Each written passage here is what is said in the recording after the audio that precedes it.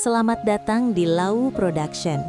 Sebelum kita memulai, silahkan duduk dengan nyaman. Lepaskan sejenak beban pikiranmu dan biarkan suasana tenang ini menyelimuti. Setiap cerita yang kami hadirkan bukan hanya rangkaian kata, tetapi sebuah perjalanan rasa tentang harapan, konflik, dan keindahan kecil yang sering terlewatkan. Dalam beberapa menit ke depan, izinkan imajinasimu bekerja. Dengarkan alunan narasi, bayangkan setiap adegan, dan rasakan setiap emosi yang mengalir. Karena di sini, di Lau Production, setiap cerita selalu punya jiwa.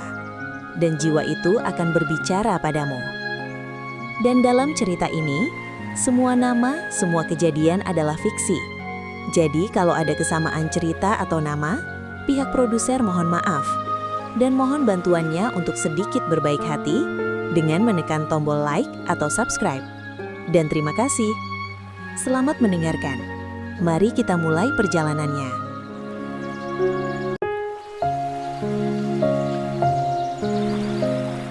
Namaku Armani Santosa.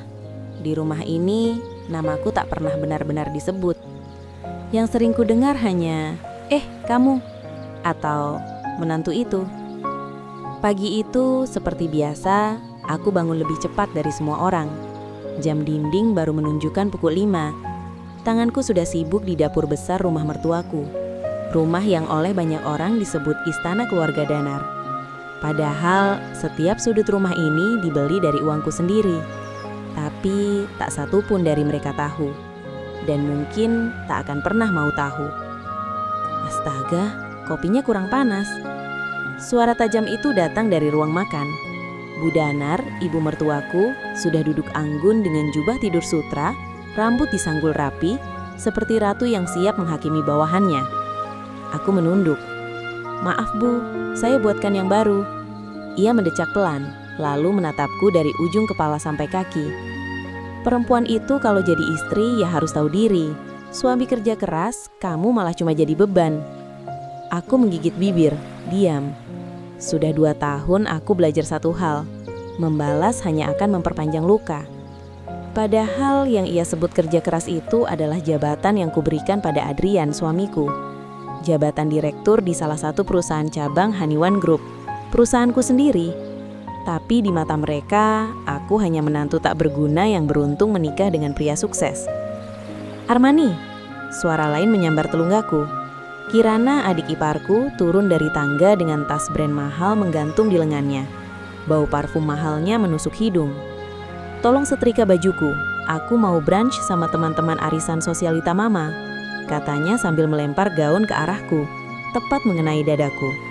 Aku refleks menangkapnya. "Sekarang?" tanyaku pelan. Kirana memutar mata. "Ya sekarang lah, kamu pikir aku punya waktu ngurusin hal-hal remeh?" Hal-hal remeh? Seperti aku. Aku masuk ke kamar laundry. Saat setrika mulai panas, aku menatap pantulan wajahku di kaca lemari. Wajah perempuan yang dulu penuh mimpi, kini terbiasa menahan air mata. Tak ada yang tahu bahwa aku adalah pemilik Grand Haniwan Hotel. Tak ada yang tahu bahwa tanda tanganku bisa membuat rekening mereka membengkak atau kosong seketika.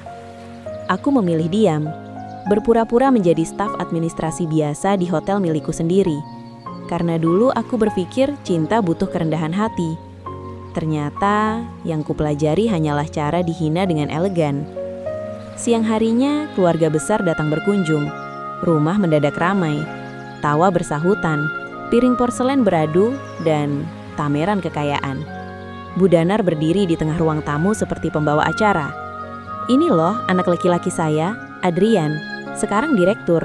Sukses, mapan, membanggakan." Seseorang bertanya, "Istrinya mana, Bu?" Bu Danar melirik ke arah dapur. "Oh, yang itu. Lagi bantu-bantu. Biasa, bukan dari keluarga berada." Tawa kecil terdengar. Aku berdiri di balik pintu, membawa nampan minuman. Jari-jariku gemetar. Bukan karena marah, tapi karena terlalu sering dilukai. Adrian bahkan tak menoleh ke arahku, seolah aku tak ada. Malamnya saat semua tamu pulang, aku membereskan sisa-sisa pesta kecil itu sendirian. Punggungku pegal, kakiku nyeri. Tapi yang paling sakit, hatiku. Di kamar, Adrian sibuk dengan ponselnya. Senyum kecil tersungging di bibirnya. Senyum yang tak pernah ia berikan padaku. "Kamu capek?" tanyaku pelan. Ia menjawab tanpa menatapku. "Ya iyalah, aku seharian meladeni orang penting. Kamu kan cuma di rumah." Aku terdiam. Kalau saja dia tahu bahwa orang-orang penting itu adalah mitra yang aku setujui kontraknya. Bahwa perusahaan yang ia pimpin bisa runtuh dalam hitungan menit. Aku berbaring membelakangi Adrian. Air mata menetes ke bantal. Dalam hati aku berjanji pada diriku sendiri. Aku boleh sabar, aku boleh diam, tapi aku tidak akan membiarkan diriku hancur selamanya. Aku belum tahu kapan, aku belum tahu bagaimana.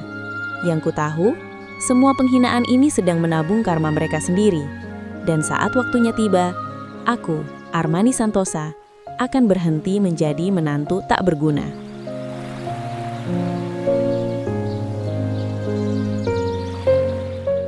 Pagi itu hujan baru saja reda ketika Kirana muncul di depan kamarku. Tanpa salam, tanpa senyum. "Mbak, siap-siap, temenin aku ke mall." Aku mengangkat wajah dari laptop.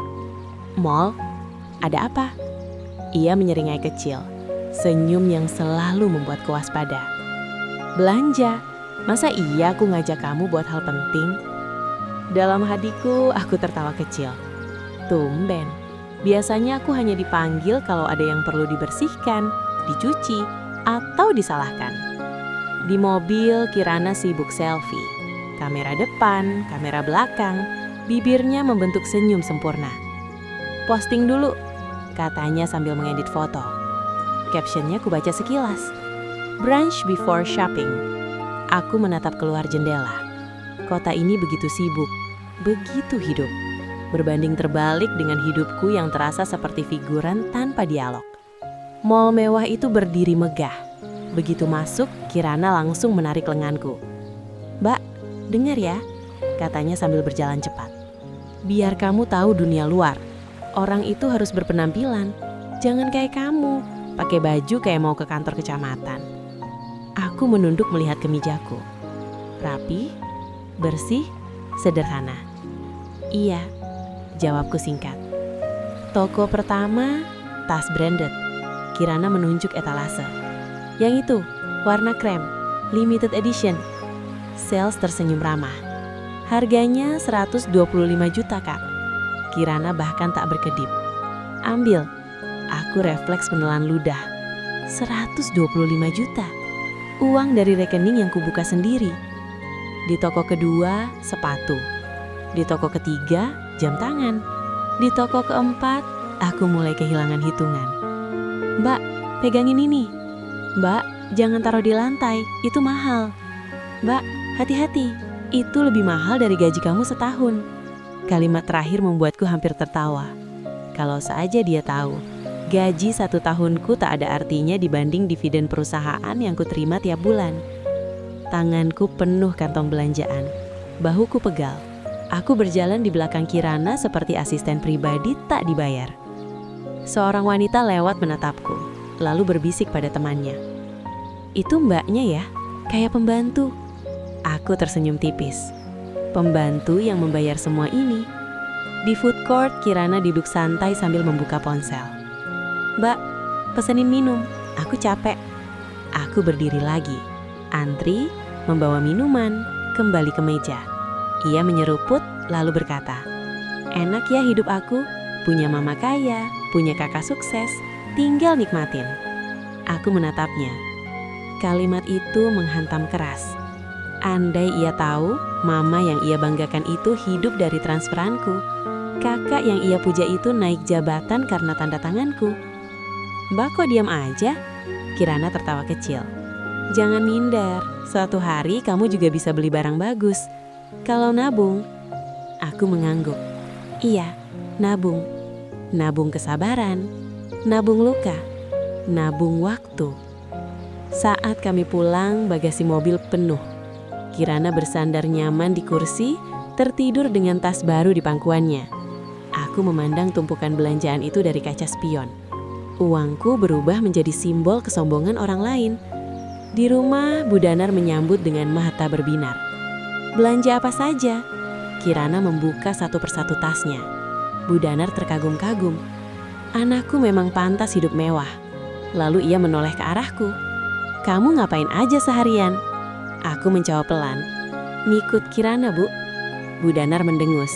Bagus, menantu itu harus tahu diri. Jangan cuma numpang nama keluarga.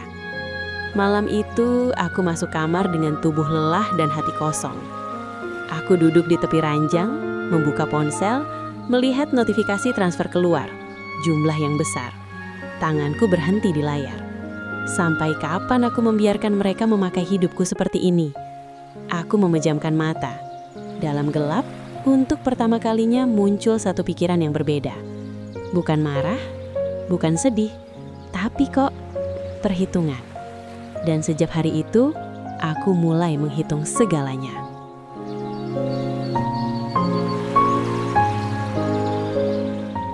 Aku tidak pernah menyangka luka terdalam dalam hidupku datang bukan dari musuh, melainkan dari suamiku sendiri.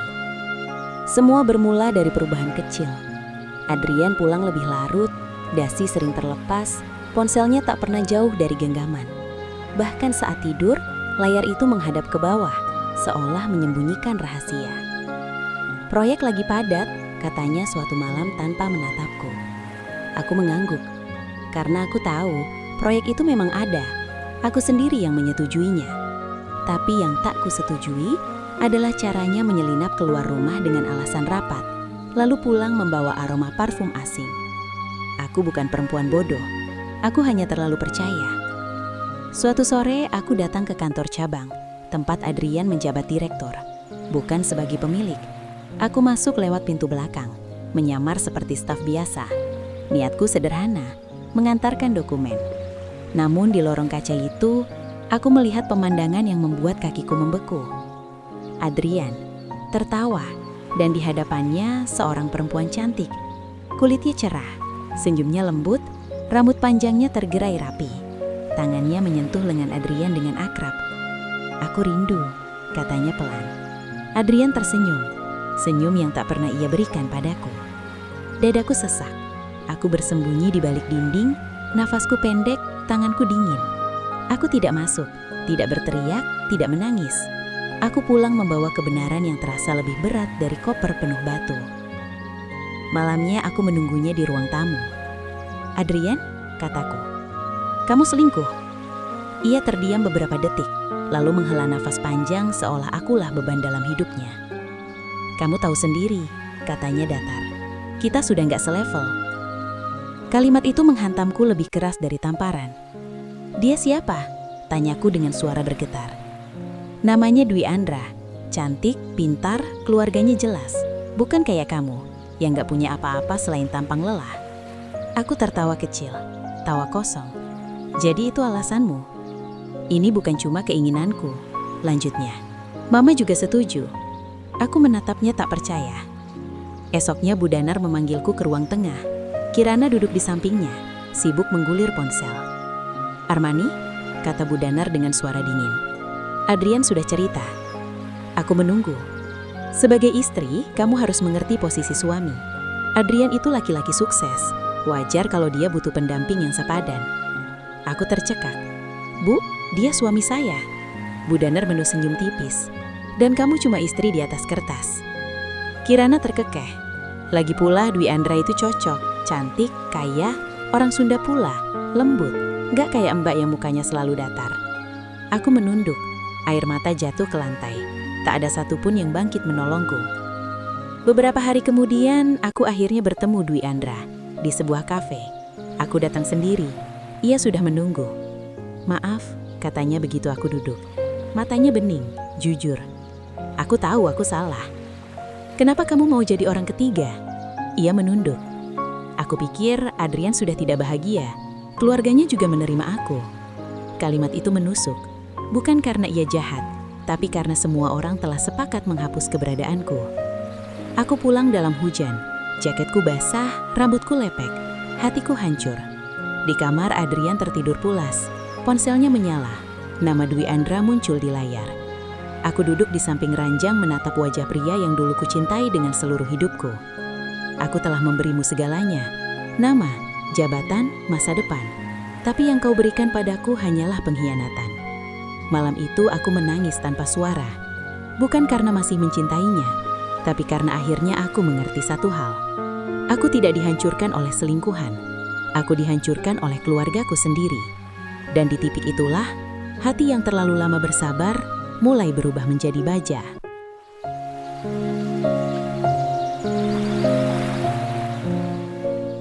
Malam itu, aku duduk sendirian di balkon kamar.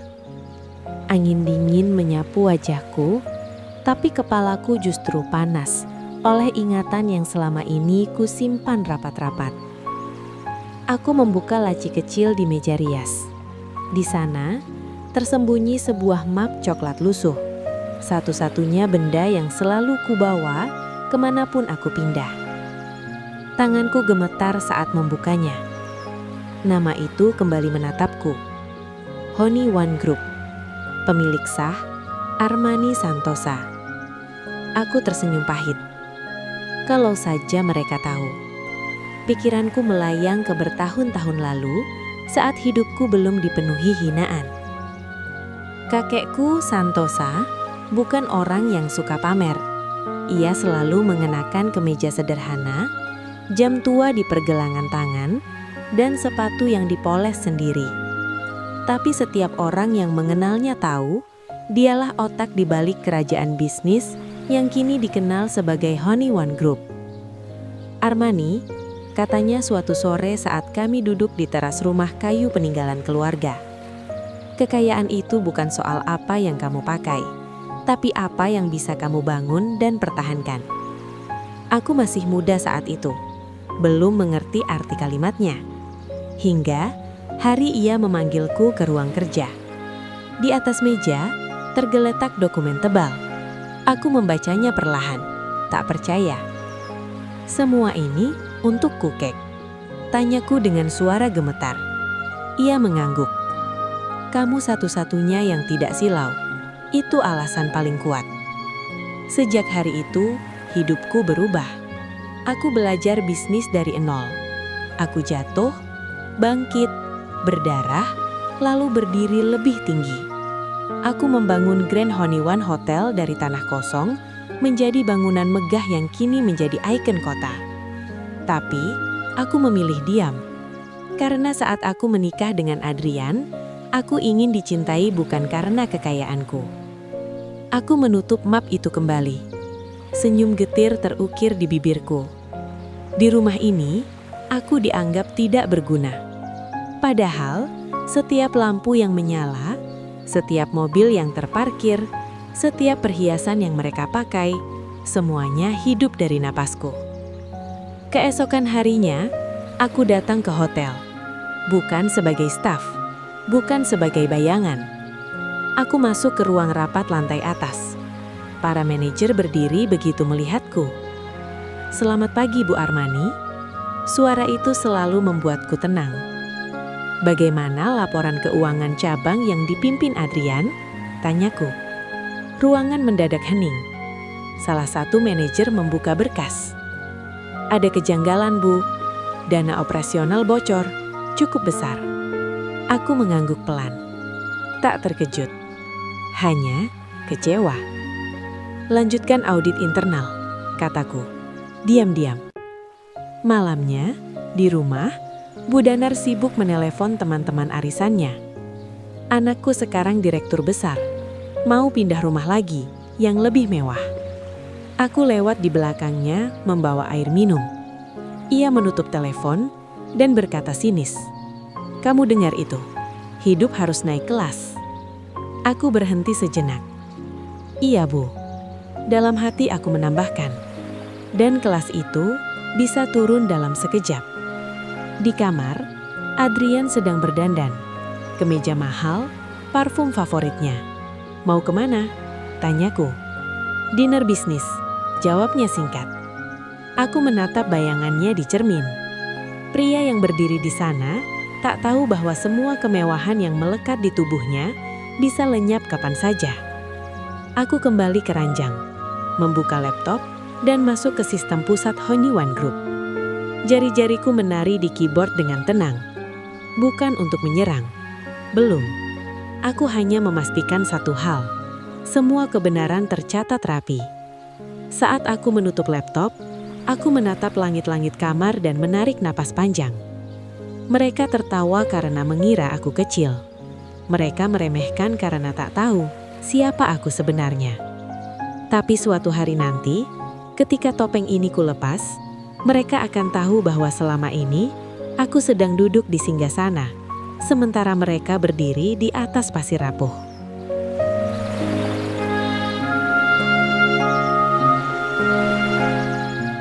Aku mulai melihat Adrian dengan mata yang berbeda. Bukan lagi sebagai suami, bukan pula sebagai lelaki yang pernah kucintai, melainkan sebagai resiko bisnis. Pagi itu, aku duduk di ruang kerjaku di Grand Haniwan Hotel. Jendela kaca besar memperlihatkan kota yang bergerak cepat, seolah tak peduli pada drama hidup siapapun. Di hadapanku, laporan audit internal terbuka rapi. Angkanya berbicara jujur, terlalu jujur. Dana pemasaran membengkak tak wajar. Biaya perjalanan dinas fiktif. Vendor abal-abal yang ternyata milik orang kepercayaannya sendiri. Aku menarik napas panjang. Semua ini kamu lakukan dengan uangku, gumamku. Manajer keuangan berdiri dengan wajah tegang. Kami sudah konfirmasi, Bu. Transaksi mengarah ke rekening pribadi Pak Adrian. Aku mengangguk pelan.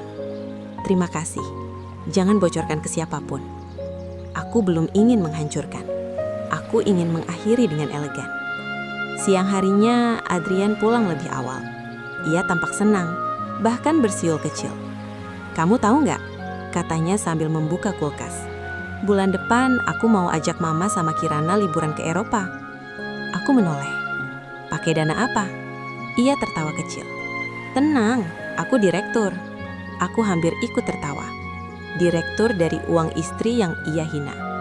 Malam itu ponselku bergetar. Pesan masuk dari nomor tak dikenal. Mbak Armani, maaf mengganggu. Saya Duyandra. Aku terdiam sejenak lalu membalas singkat. Ada apa? Ia mengetik lama. Saya merasa bersalah. Adrian sering pakai uang kantor buat saya. Tas, jam, apartemen. Saya baru tahu itu bukan uang pribadinya. Aku menutup mata. Jadi benar. Terima kasih sudah jujur, balasku. Tolong jaga dirimu sendiri. Aku tidak marah pada Duyandra. Ia hanya perempuan yang salah jatuh cinta. Yang tak bisa kumaafkan adalah pengkhianatan yang dilakukan dengan sadar. Beberapa hari berikutnya, Adrian semakin menjadi. Ia jarang pulang. Kalaupun pulang, ia sibuk menelpon di balkon. Suatu malam, aku mendekat tanpa suara. Aku transfer sekarang, katanya lirih. Tenang, nanti aku atur laporan. Aku mundur pelan. Dadaku dingin. Saat itu sesuatu di dalam diriku klik. Bukan amarah, bukan tangis, melainkan keputusan.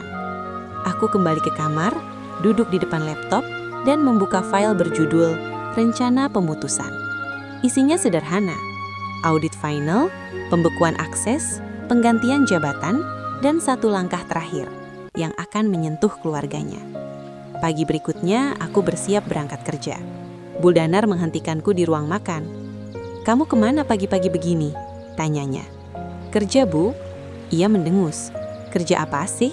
Gajimu paling juga nggak seberapa. Untung Adrian masih mau sama kamu. Aku tersenyum tipis. Iya, Bu, untung. Dalam hatiku aku berkata, untung kalian belum tahu.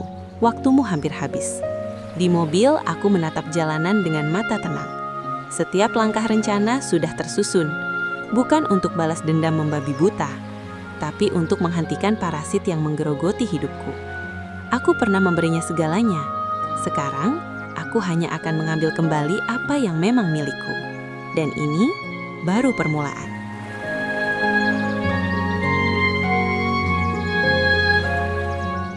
Hari itu seharusnya biasa saja. Sebuah acara keluarga besar yang rutin diadakan Bu Danar setiap beberapa bulan. Katanya untuk menjaga silaturahmi. Tapi aku tahu, acara seperti ini selalu menjadi panggung penghinaan untukku. Aku datang mengenakan gaun sederhana warna krem. Tidak mencolok, tidak murahan. Rambutku kusanggul rapi. Aku ingin terlihat pantas, setidaknya untuk diriku sendiri. Begitu melangkah ke ruang tamu, tawa langsung memenuhi ruangan. Saudara-saudara Budanar sudah berkumpul. Perhiasan berkilau, parfum mahal, senyum penuh kepalsuan. Armani datang!" Seseorang berbisik. Aku tersenyum kecil dan berjalan pelan ke arah kursi kosong. Belum sempat duduk, suara Budanar memotong langkahku. "Armani?" Aku menoleh. "Kamu gak usah duduk di sini." Ruangan mendadak sunyi. Semua mata tertuju padaku. Aku menelan ludah. "Maksud ibu?" Budanar menunjuk ke arah sudut ruangan, dekat pintu dapur. "Di sana saja, biar gampang kalau diminta bantu-bantu." Darahku berdesir. Aku menatap Adrian. Ia menghindari tatapanku. "Kamu kan menantu," lanjut Budanar dengan nada santai, seolah ini hal wajar. "Harus tahu diri, jangan nyampur sama yang lain." Kirana tertawa kecil. "Iya Mbak, duduk di situ aja. Kursi ini buat keluarga." Keluarga? Berarti aku apa? Aku berjalan ke sudut yang ditunjuk, berdiri. Tidak ada kursi. Aku berdiri selama acara berlangsung, seperti hiasan tak bernama. Seseorang berkata, "Budanar, anaknya hebat ya, mobilnya baru lagi." Budanar tersenyum bangga. "Alhamdulillah, Adrian itu pekerja keras." Aku menatap lantai yang dibersihkan dengan uangku. Tak lama Budanar bertepuk tangan. "Armani, ambilin minum buat tamu." Aku melangkah. Satu persatu gelas ku antar. Tangan-tangan terulur tanpa menatap wajahku, seolah aku tak lebih dari pelayan. Seorang tante bertanya, "Kamu kerja apa, Nak?" Aku menjawab pelan, "Administrasi, Tante." "Oh," ia mengangguk meremehkan. "Pantes." Aku hampir tersenyum. Pantas, karena mereka hanya melihat kulit, bukan isi. Setelah minum, aku kembali berdiri di sudut. Kakiku mulai pegal, punggungku nyeri. Tapi yang paling sakit adalah saat Kirana dengan sengaja menumpahkan minuman ke lantai. "Aduh," katanya berlebihan. "Maaf ya Mbak." Budanar menoleh. "Armani, bersihin sekarang." Aku memandang cairan yang menggenang di lantai marmer. Semua mata menatapku. Aku berjongkok dan mulai mengelap lantai dengan tisu. Tanganku gemetar. Bukan karena lelah, tapi karena amarah yang kutelan bulat-bulat. Adrian tetap diam. Saat aku berdiri, Budanar berbisik cukup keras untuk didengar semua orang. Makanya, perempuan itu harus tahu tempatnya. Aku masuk ke kamar mandi dan menutup pintu. Nafasku tersengal. Air mata jatuh satu persatu ke wastafel.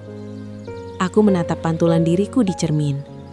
Wajah pucat, mata merah. Perempuan yang selama 2 tahun mengorbankan harga diri demi cinta yang salah.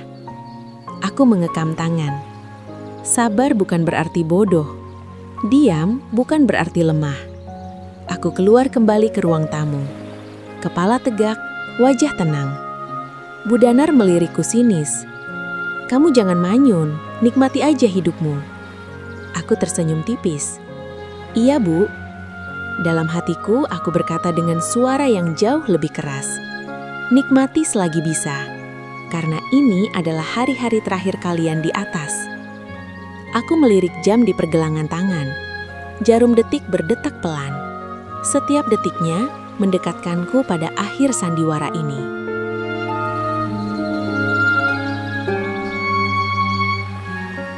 Hari ulang tahun Budanar akhirnya tiba.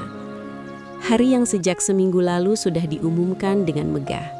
Undangan berlapis emas, catering mahal, dekorasi bunga impor. Semua harus sempurna. Semua harus menunjukkan bahwa keluarga Danar adalah keluarga terpandang. Dan seperti biasa, aku bukan bagian dari perayaan itu. Aku hanyalah bagian dari perlengkapan. Sejak pagi aku sudah sibuk. Dapur panas, tangan pegal, kakiku mondar-mandir. Bu Danar berdiri mengawasi, matanya tajam seperti pengawas penjara. "Jangan salah taruh piring, taplaknya miring. Dasar gak becus." Aku mengangguk. "Iya, Bu." Tamu mulai berdatangan. Tawa, pujian, kamera ponsel menyala di mana-mana. Bu Danar tampil dengan kebaya mewah, kalung berlian berkilau di lehernya. "Selamat ulang tahun, Bu Danar, awet muda." Wah, pestanya luar biasa. Bu Danar tersenyum puas. "Ah, bisa saja, semua berkat anak saya." Aku berdiri di belakang, membawa nampan. Tak terlihat, tak dihitung. Saat acara makan dimulai, aku berpikir penderitaanku sudah hampir selesai. Aku salah besar. Kirana berjalan melewatiku dengan gelas wine di tangan. Langkahnya terhenti tepat di tengah ruangan. "Aduh!" Ia tersandung atau pura-pura dan isi gelasnya tumpah ke lantai marmer putih. Semua mata menoleh. Bu Danar mendesah kesal. "Ya ampun, Kirana, lantainya jadi kotor." Lalu, perlahan, ia menoleh ke arahku. "Armani?" Aku melangkah mendekat. "Iya, Bu." "Bersihkan." Aku melihat sekeliling. Banyak pembantu berdiri tak jauh. "Bu, biar Mbak." Bu Danar mengangkat tangan. "Tidak, kamu." Ruangan mendadak hening. Aku menelan ludah. Aku berjongkok, mengambil lap. Namun sebelum aku mulai, Bu Danar berkata lagi dengan suara manis yang mematikan. "Pakai cara yang benar, merangkak, biar bersih." Waktu seolah berhenti. Beberapa tamu terkejut, beberapa tersenyum canggung, dan sebagian menikmati. Aku menoleh ke Adrian. Ia berdiri di samping ibunya. Wajahnya datar, diam. Saat itu, sesuatu di dalam dadaku retak sepenuhnya. Aku menunduk, lalu perlahan aku turun ke lantai. Lututku menyentuh marmer dingin. Tanganku gemetar saat mulai mengelap lantai. Aku merangkak. Di depan tamu, di depan keluarga yang kusejahterakan. Bisik-bisik terdengar. "Kasihan, tapi katanya dia memang gak ada apa-apanya. Namanya juga numpang hidup." Air mataku jatuh ke lantai, bercampur dengan tumpahan wine. Aku bukan menangis karena malu. Aku menangis karena akhirnya mengerti. Aku tidak akan pernah diterima, seberapapun aku berkorban. Saat aku selesai, Bu Danar bertepuk tangan kecil. "Nah, begitu dong. Jadi perempuan itu harus rendah hati." Aku berdiri perlahan. Lututku sakit, punggungku kaku. Tapi wajahku tenang. Aku menoleh satu persatu wajah di ruangan itu. Bu Danar, Kirana, Adrian. Tidak ada amarah di mataku. Hanya keputusan. Aku berjalan ke kamar mandi. Mengunci pintu. Menatap diriku di cermin. Gaunku kotor, rambutku berantakan. Tapi mataku berbeda. Aku mengeluarkan ponsel. Satu pesan ku kirim. "Mulai sekarang." Pesan itu hanya 2 kata. Namun artinya mengakhiri segalanya. Aku kembali ke ruang pesta. Bu Danar sedang tertawa lebar menerima ucapan selamat. Tak ada yang tahu bahwa sejak aku mengirim pesan itu, jam pasir hidup mereka sudah mulai dibalik. Dan hitungannya bukan hari, bukan minggu, tapi menit.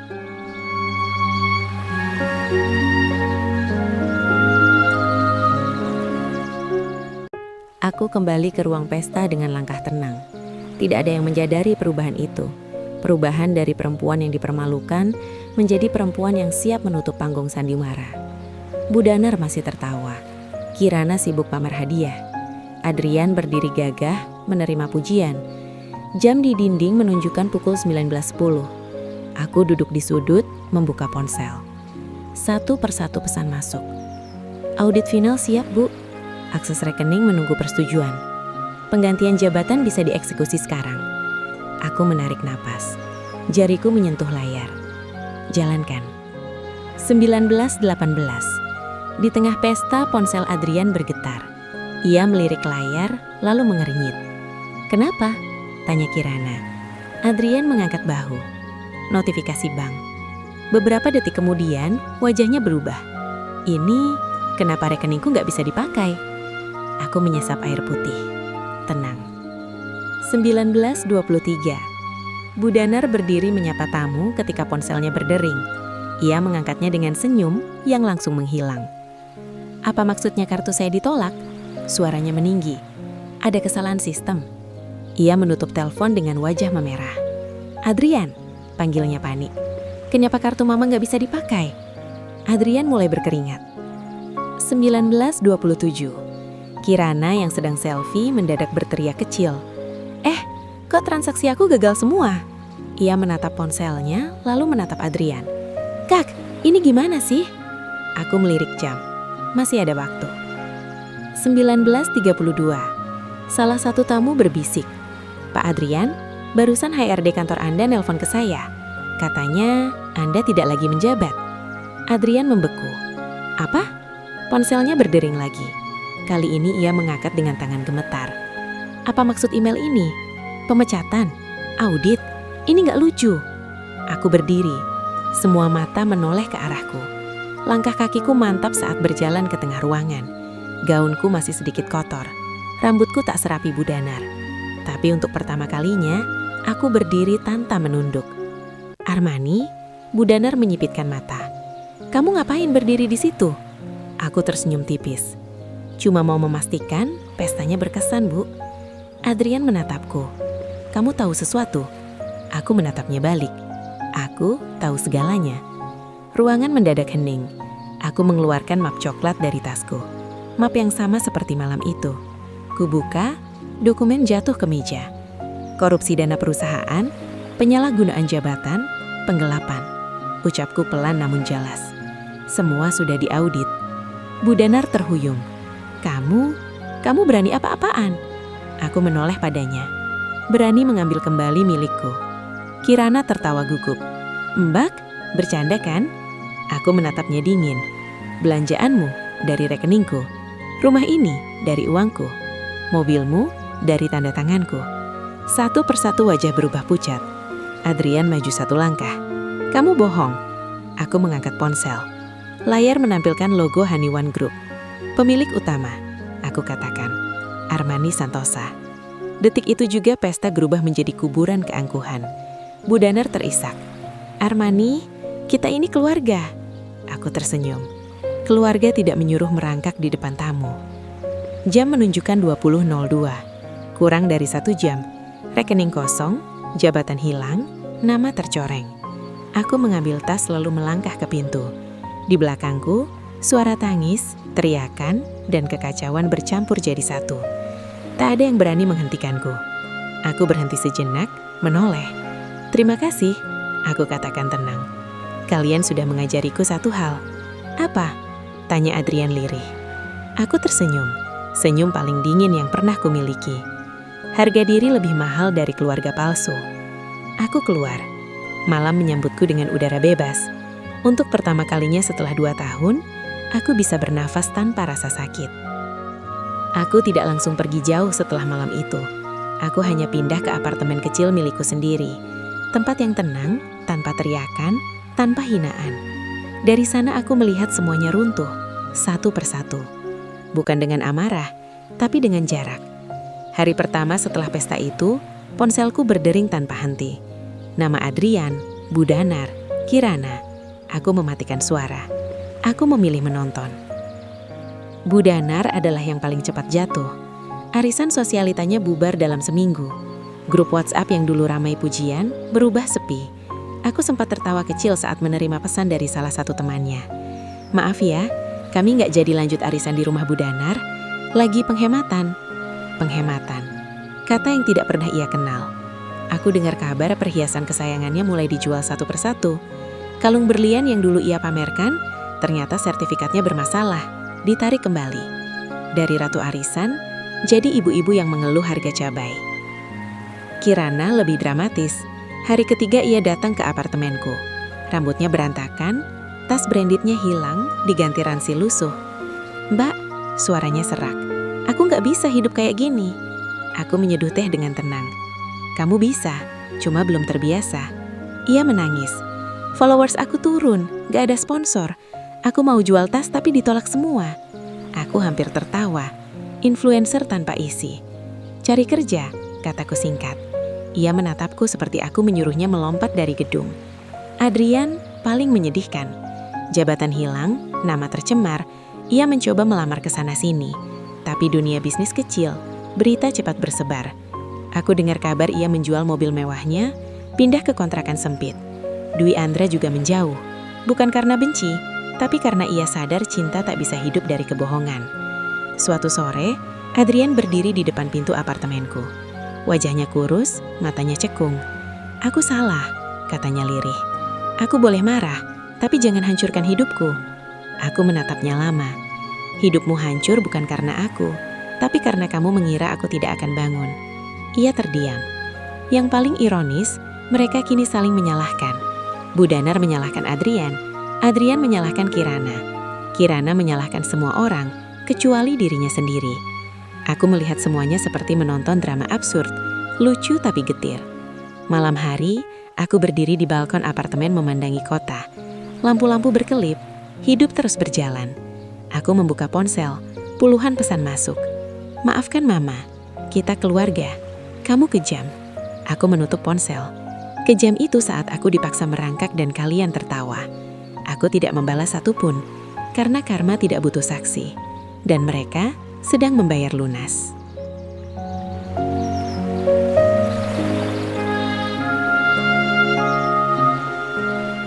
Setahun berlalu tanpa terasa. Hidupku kini tenang, terlalu tenang jika dibandingkan dengan 2 tahun penuh luka yang pernah kujalani. Pagi-pagiku diisi rapat singkat, olahraga ringan, dan secangkir kopi yang kuminum tanpa rasa cemas. Aku tak lagi menunduk, tak lagi mengukur nafas. Aku kembali menjadi diriku sendiri. Haniwan Group berkembang pesat. Grand Haniwan Hotel menambah 2 cabang baru. Aku memilih bekerja dengan tim kecil yang solid, bukan dengan keluarga palsu yang gemar berteriak soal darah namun lupa soal nurani. Suatu sore, aku duduk di kafe hotel, menandatangani berkas, ketika seorang resepsionis mendekat dengan wajah ragu. "Bu Armani, ada tamu yang ingin bertemu. Katanya keluarga." Aku terdiam sejenak, lalu mengangguk. Mereka datang bertiga. Bu Danar tampak jauh lebih tua. Rambutnya memutih. Pakaiannya sederhana, bukan karena ingin rendah hati, tapi karena tak ada lagi yang bisa dipamerkan. Kirana kurus, wajahnya polos tanpa riasan. Tak ada aura percaya diri, tak ada kamera, tak ada sorot mata ingin diakui. Dan Adrian, ia paling sulit kutatap. "Armani," ucap Bu Danar dengan suara gemetar. "Maafkan Mama." Ia menunduk, benar-benar menunduk. Apa yang Mama lakukan dulu kejam. Mama buta, Mama sombong. Kirana ikut menangis. "Mbak, aku salah, aku jahat, aku cuma numpang hidup." Adrian berdiri paling belakang. "Aku kehilangan segalanya," katanya lirih. "Dan aku sadar, kamu bukan cuma istriku. Kamu adalah orang terbaik yang pernah ada di hidupku." Aku mendengarkan tanpa menyela, tanpa emosi, tanpa dendam. Karena saat itu, hatiku sudah selesai. "Kenapa kalian datang?" tanyaku akhirnya. Bu Danar menelan ludah. "Kami butuh bantuan." Aku tersenyum kecil. "Bantuan? Kami mau hidup lagi," kata Adrian. "Kami janji berubah." Aku memandang mereka satu persatu. Perempuan yang dulu menyuruhku merangkak, gadis yang menjadikanku kacung, pria yang mengkhianatiku. Aku berdiri. "Setahun lalu," kataku pelan, "aku memohon diperlakukan sebagai manusia." Tak ada yang berani menatapku. Kalian menertawakanku. Aku mengambil tas. Sekarang, aku tidak membalas. Aku hanya melanjutkan hidupku. Bu Danar terisak. "Jadi, kamu tidak mau membantu?" Aku menggeleng pelan. "Tidak. Bukan dengan marah, bukan dengan teriakan. Tapi aku berharap, kataku, kalian belajar hidup tanpa merendahkan orang lain. Aku melangkah pergi. Di belakangku suara tangis pecah, tapi aku tidak menoleh. Karena kebahagiaan tidak selalu tentang kemenangan besar. Kadang kebahagiaan adalah berani memilih diri sendiri. Di lift, aku menatap pantulan diriku di cermin. Wajah tenang, mata jernih. Aku tersenyum.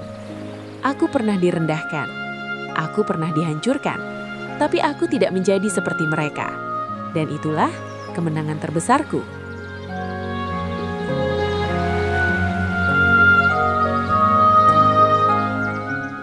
Terima kasih telah mendengarkan cerita dari Lawu Production. Kami sangat menghargai setiap waktu, perhatian, dan imajinasi yang Anda berikan untuk menikmati kisah-kisah kami. Semoga cerita ini dapat menemani hari Anda, memberi warna baru, dan meninggalkan kesan yang tak terlupakan. Sampai jumpa di cerita berikutnya.